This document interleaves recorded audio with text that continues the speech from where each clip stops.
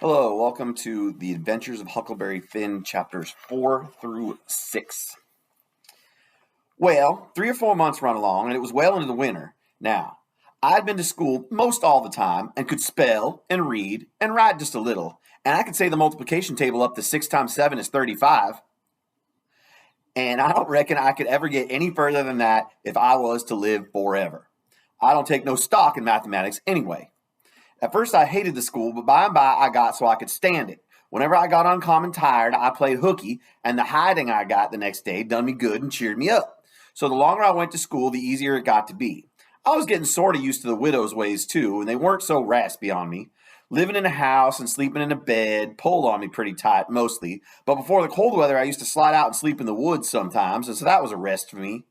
I liked the old ways best, but I was getting so I liked the new ones, too, a little bit. The widow said I was coming along slow but sure and doing very satisfactory. She said she weren't ashamed of me. One morning I happened to turn over the salt cellar at breakfast. I reached for some of it as quick as I could to throw over my left shoulder and keep off the bad luck, but Miss Watson was in ahead of me and crossed me off. She says, "Take your hands away, Huckleberry. What a mess you are always making." The widow put in a good word for me, but that weren't going to keep off the bad luck. I know that well enough. I started out after breakfast feeling worried and shaky and wondering where it was going to fall on me and what it was going to be. There is ways to keep off some kinds of bad luck, but this wasn't one of them kind, so I never tried to do anything but just poked along, low-spirited and on the watch out. I went down to the front garden and clumb over the stile where you go through the high-board fence. A stile is like some steps coming up to the fence. There was an inch of new snow on the ground, and I seen somebody's tracks. They had come up from the quarry and stood around the stile a while and then went out around the garden fence. It was funny they hadn't come in after standing around so. I couldn't make it out. It was very curious somehow. I was going to follow around, but I stooped down to look at the tracks first. I didn't notice anything at first, but next I did. There was a cross in the left boot heel made with big nails to keep off the devil. I was up in a second and shinning down the hill. I looked over my shoulder every now and then, but I didn't see nobody. I was at Judge Thatcher's quick as I could get there. He said, "Why, my boy, you are all out of breath. Did you come for your interest?" "No, sir," I says. "Is there some for me?" "Oh, yes, a half yearly is in last night. Over $150, quite a fortune for you. You better let me invest it along with your $6,000, because if you take it, you'll spend it." "No, sir," I says. "I don't want to spend it. I don't want it at all, nor the 6,000 nother. I want you to take it. I want to give it to you. The 6,000 and all." He looked surprised. "Why?" He couldn't seem to make it out. He says, "Why, what can you mean, my boy?" I says, "Don't you ask me no questions about it, please. You'll take it, won't you?" He says, "Well, I'm puzzled. Is something the matter?" "Please take it," says I, "and don't ask me nothing. Then I won't have to tell no lies." He studied a while, and then he says, "Oh, I think I see. You want to sell all your property to me, not give it. That's the correct idea." Then he wrote something on a paper and read it over and says, "There, you see it says, for a consideration. That means I have bought it of you and paid you for it. Here's $1 for you. Now you sign it." So I signed it and left. So there's number one. It requires a little bit of deduction, but he sees the boot print and he's worried about something happening. It was kind of foreshadowed early in the book, and he wants to get rid of his money as soon as possible. Miss Watson's N-word Jim had a hairball as big as your fist, which had been took out of the forestomach of an ox, and he used to do magic with it. He said there was a spirit inside of it, and it knowed everything. So I went to him that night and told him Pap was here again, for I found his tracks in the snow.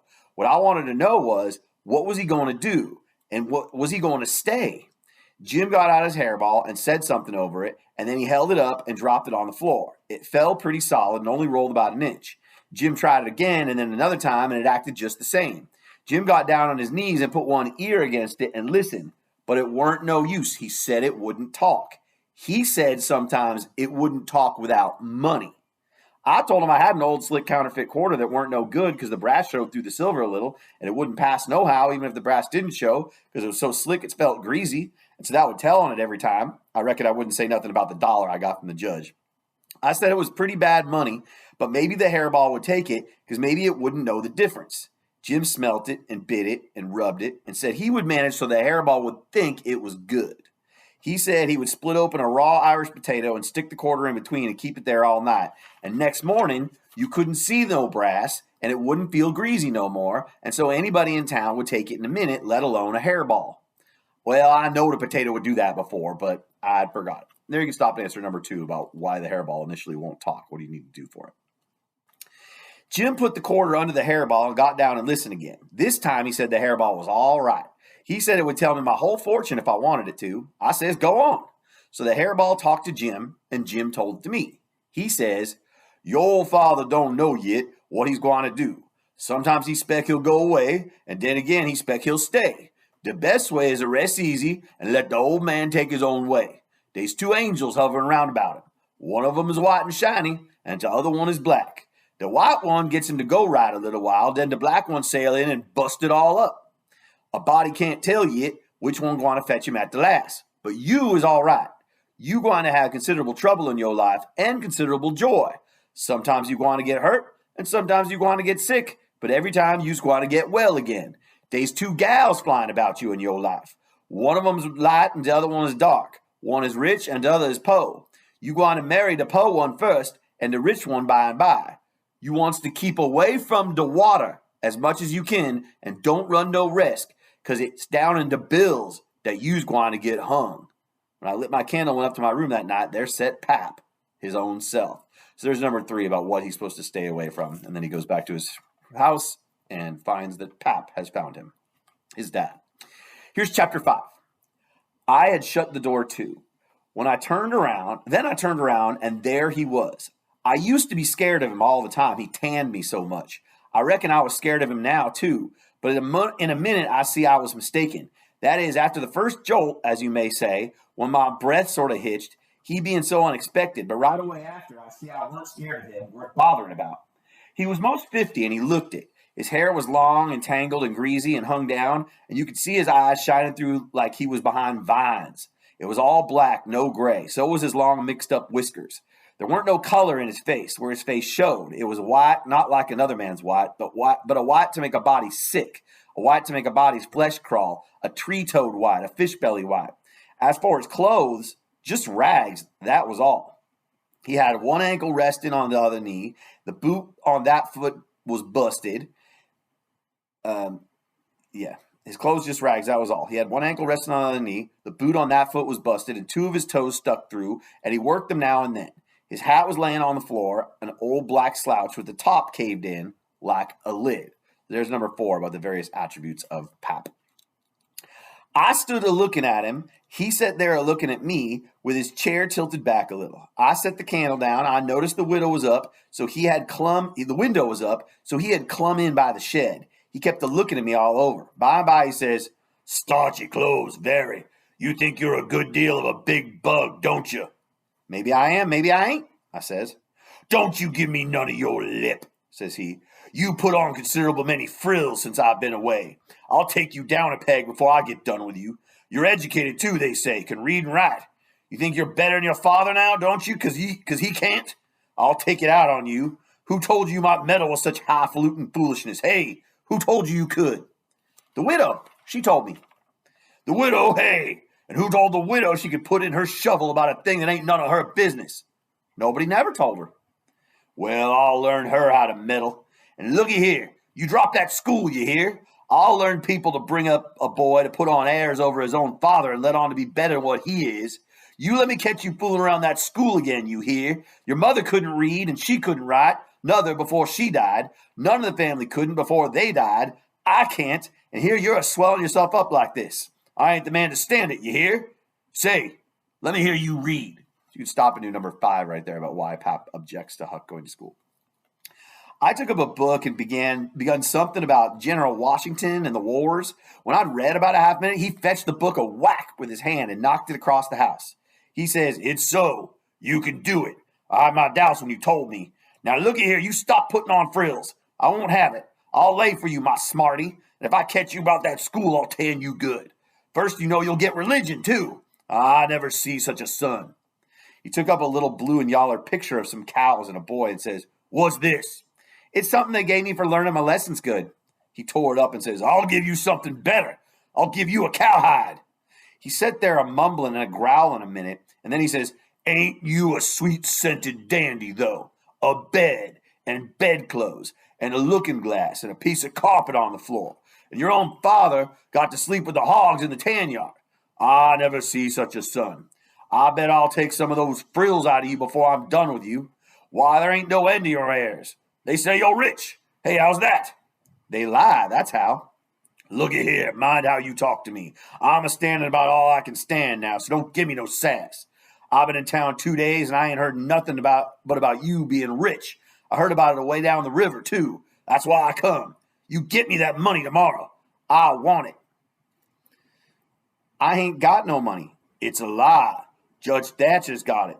You get it. I want it. I ain't got no money, I tell you. You ask Judge Thatcher, he'll tell you the same. All right, I'll ask him. I'll make him pungle, too, or I'll know the reason why. Pungle means give up the money. Say, how much you got in your pocket? I want it. I ain't only got $1, and I want that too. It don't make no difference what you want it for. You just shell it out. He took it and bit it to see if it was good. And then he said he was going downtown to get some whiskey. He said he hadn't had a drink all day. When he got out on the shed, he put his head in again and cussed me for putting on frills and trying to be better than him. And when I reckoned he was gone, he came back, put his head in again, and told me to mind about that school because he was going to lay for me and lick me if I didn't drop that.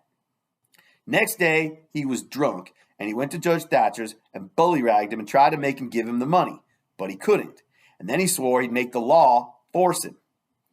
The judge and the widow went to law to get the court to take me away from him and let one of them be my guardian, but it was a new judge that had just come, and he didn't know the old man. So he said courts mustn't interfere and separate families if they could help it, and he'd rather not take a child away from his father. So Judge Thatcher and the widow had to quit on the business. That pleased the old man till he couldn't rest. He said he'd cowhide me till I was black and blue if I didn't raise some money for him. I borrowed $3 from Judge Thatcher, and Pap took it and got drunk and went a-blowing around and cussing and whooping and carrying on, and he kept it up all over town with a tin pan till most midnight. Then they jailed him, and next day they had him before court and jailed him again for a week. But he said he was satisfied, said he was boss of his son, and he'd make it warm for him. When he got out, the new judge said he was going to make a man of him. So he took him to his own house and dressed him up clean and nice, and then had him to breakfast and dinner and supper with the family, and was just old pie to him, so to speak. And after supper, he talked to him about temperance, it means not drinking, and such things till the old man cried and said he'd been a fool and fooled away his life, but now he was going to turn over a new leaf and be a man nobody wouldn't be ashamed of, and he hoped the judge would help him and not look down on him. The judge said he could hug him for them words, so he cried, and his wife, she cried again. Pap said he'd been a man that had always been misunderstood before, and the judge said he believed it. The old man said that what a man wanted that was down was sympathy, and the judge said it was so they cried again. And when it was bedtime, the old man rose up and held out his hand and says, "Look at it, gentlemen and ladies all. Take a hold of it. Shake it. There's a hand that was the hand of a hog, but it ain't so no more. It's the hand of a man that started in on a new life and'll die before he'll go back. You mark them words. Don't forget I said them. It's a clean hand now. Shake it. Don't be afeard." So they shook it, one after the other, all around, and cried. The judge's wife, she kissed it. Then the old man signed a pledge, made his mark. The judge said it was the holiest time on record or something like that. Then they tucked the old man into a beautiful room, which was their spare room, and in the night sometime he got powerful thirsty and clumb out onto the porch roof and slid down a stanchion and traded his new coat for a jug of 40 Rod, that's an extremely powerful whiskey, and clumb back again and had a good old time. And towards daylight he crawled out again, drunk as a fiddler, and rolled off the porch and broke his left arm in 2 places and was most froze to death when somebody found him after sunup. And when they come to look at that spare room, they had to take soundings before they could navigate it. He trashed the room really bad. The judge, he felt kind of sore. He said he reckoned a body could reform the old man with a shotgun, maybe, but he didn't know no other way. So there's number 6 about what the new judge tried to do and the results. It didn't work. All right, chapter 6.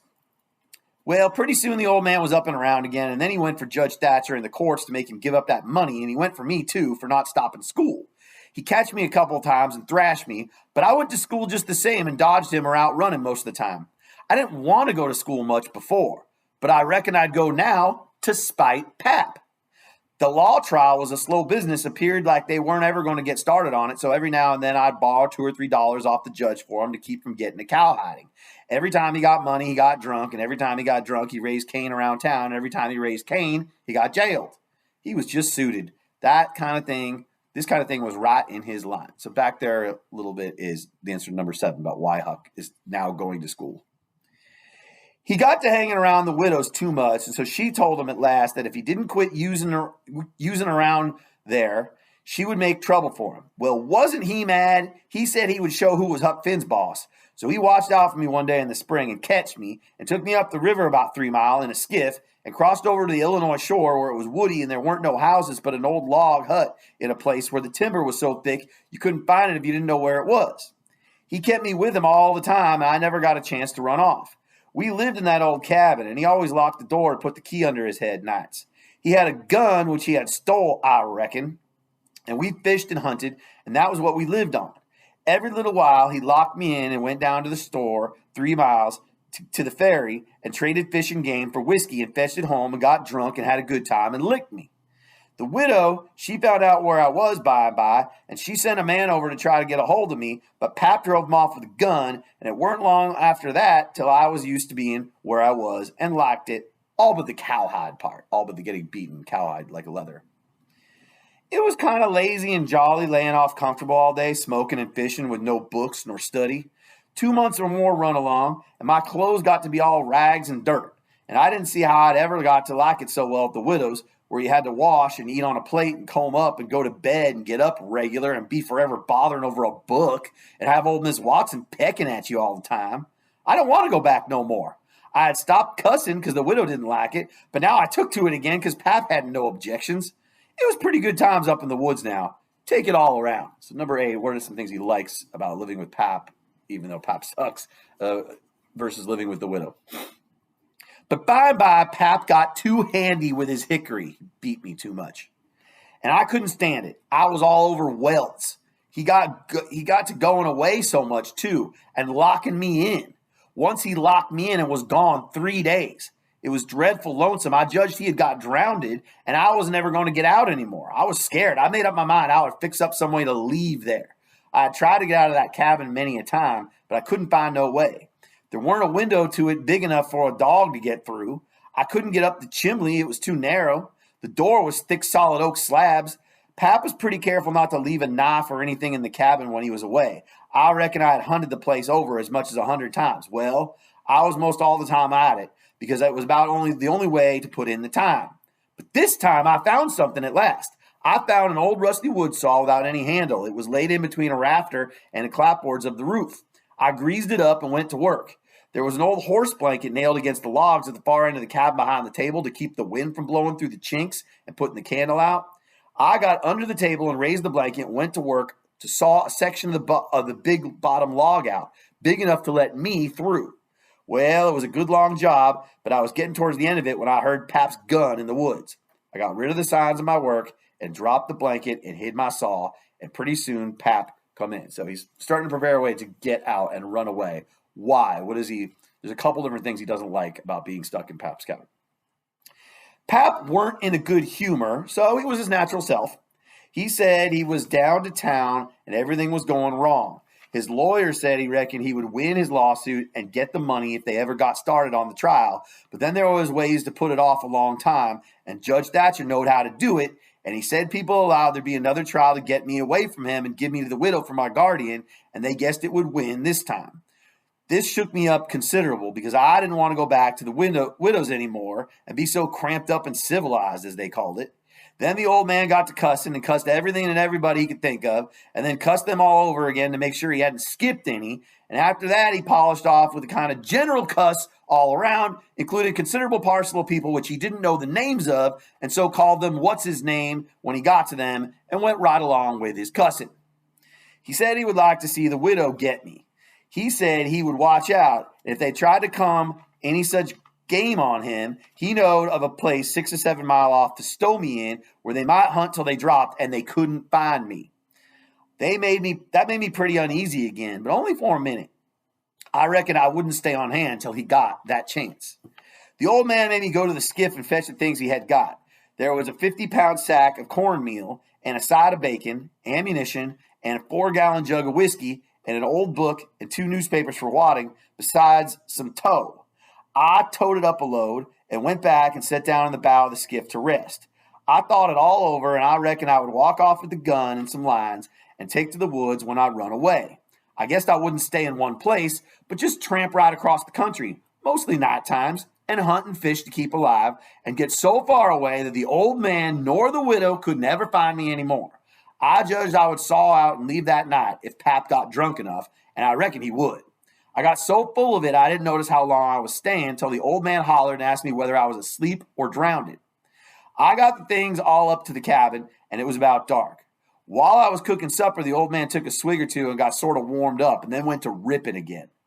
He had been drunk over in town and laid in the gutter all night, and he was a sight to look at. A body would have thought he was Adam. He was just all mud. Whenever his liquor began to work, he most always went for the government. This time he says, "Call this a government? Why, just look at it and see what it's like. Here's the law, standing ready to take a man's son away from him, a man's own son, which he has had all the trouble and all the anxiety and all the expense of raising. Yes, just as that man has got that son raised at last and ready to go to work and begin to do something for him and give him a rest, the law up and goes for him. And they call that government. That ain't all nother. The law backs that old Judge Thatcher up and helps him to keep me out of my property. Here's what the law does. The law takes a man worth $6,000 and upwards and jams him into an old trap of a cabin like this and lets him go around in clothes that ain't fitting for a hog. They call that government. A man can't get his rights in a government like this. Sometimes I have a mighty notion to just leave the country for good and all. Yes, and I told him so. I told old Thatcher to his face.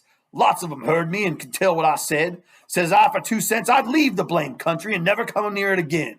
Them's the very words. I says, look at my hat, if you call it a hat, but the lid raises up and the rest of it goes down till it's below my chin, and then it ain't rightly a hat at all, but more like my head was shoved up through a jint of stovepipe. Look at it, says I, such a hat for me to wear. One of the wealthiest men in this town, if I could get my rights. There's number 10, all the complaints about the government, and largely what they're keeping from him and Huck's role and all that. Oh, yes, this is a wonderful government, wonderful. Why, looky here. There was a free N-word there from Ohio, a mulatter. Mulatter is, he's trying to say mulatto, which is an un-PC phrase for a person of mixed race, both black and white. Most as white as a white man. He had the whitest shirt on you ever see, too, and the shiniest hat. There ain't a man in that town that's got as fine clothes as what he had, and he had a gold watch and chain and a silver-headed cane, the awfulest old gray-headed nabob in the state. And what do you think? They said he was a professor in a college and could talk all kinds of languages and knowed everything. And ain't that the worst? They said he could vote when he was at home. Well, that let me out.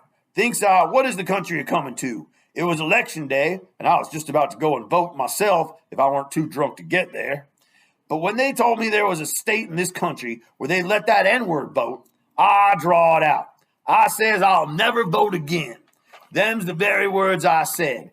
They all heard me, and the country may rot for all me.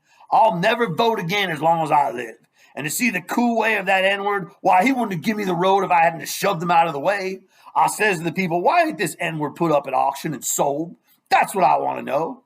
And what do you reckon they said? Why, they said he couldn't be sold till he'd been in the States 6 months. And he hadn't been there that long yet. There now, that's a specimen. They call that a government that can't sell a free N-word till he's been in the States 6 months. Here's a government that calls itself a government and lets itself on to be a government and thinks it is a government, and yet's got to set stock still for 6 whole months before it can take a hold of a prowling, thieving, infernal, white-shirted, free N-word, and Pap was a-going on, so he never noticed where his old Timberlegs was taking him to, so he went head over heels over the tub of salt pork and barked both shins, and the rest of his speech was all the hottest kind of language, mostly hove at the N-word and the government, though he gave the tub some too all along here and there. By the way, should have done 11 and 12 back at the end of that last paragraph. He hopped around the cabin considerable, first on one leg and then on the other, holding first one shin and then the other one, and at last he let out with his left foot all of a sudden and fetched the tub a rattling kick. But it weren't good judgment, because that was the boot that had a couple of his toes leaking out of the front end of it. So now he raised a howl that fairly made a body's hair raise, and down he went in the dirt and rolled there and held his toes, and the cussing he done then laid over anything he had done previous. He said so his own self afterwards. He had heard old Soberry Hagen in his best days, and he said it laid over him too. But I reckon that was sort of piling it on, maybe. After supper, Pap took the jug and said he had enough whiskey there for 2 drunks and 1 delirium tremens. Delirium tremens is one of your vocab words. It's like so drunk that you hallucinate due to alcohol, which is really, really drunk. That was always his word. I judged he would be blind drunk in about an hour, and then I would steal the key or saw myself out, one or the other. He drank and tumbled down on his blankets by and by, but luck didn't run my way. He didn't go sound asleep, but it was uneasy. He groaned and moaned and thrashed around this way and that for a long time. At last, I got so sleepy I couldn't keep my eyes open, all I could do, and so before I knowed what I was about, I was sound asleep and the candle burning. I don't know how long I was asleep, but all of a sudden there was an awful scream and I was up. There was Pap, looking wild and skipping around every which way and yelling about snakes. He said they was crawling up his legs, and then he would give a jump and scream and say one had bit him on the cheek, but I couldn't see no snakes. He started to run round and round the cabin, hollering, take him off, he's biting me on the neck. I never see a man look so wild in the eyes. Pretty soon he was all fagged out. It's not a homophobic slur. It means tired out. And fell down panting. Then he rolled over and over, wonderful fast, kicking things every which way and striking and grabbing at the air with his hands and screaming and saying there were devils a hold of him. He wore out by and by and laid still a while, moaning. Then he laid stiller and didn't make a sound. I could hear the owls and the wolves away off in the woods, and it seemed terrible still. He was laying over by the corner. By and by, he raised up part way and listened with his head to one side. He says, very low, tramp, tramp, tramp, that's the dead. Tramp, tramp, tramp, they're coming after me, but I won't go. Oh, they're here. Don't touch me. Don't. Hands off. They're cold. Let go. Oh, let a poor devil alone. Then he went down on all fours and crawled off, begging them to let him alone, and he rolled himself up in his blanket and wallowed in under the old pine table, still a-begging, and then he went to crying. I could hear him through the blanket. By and by, he rolled out and jumped up on his feet, looking wild, and he see me and went for me.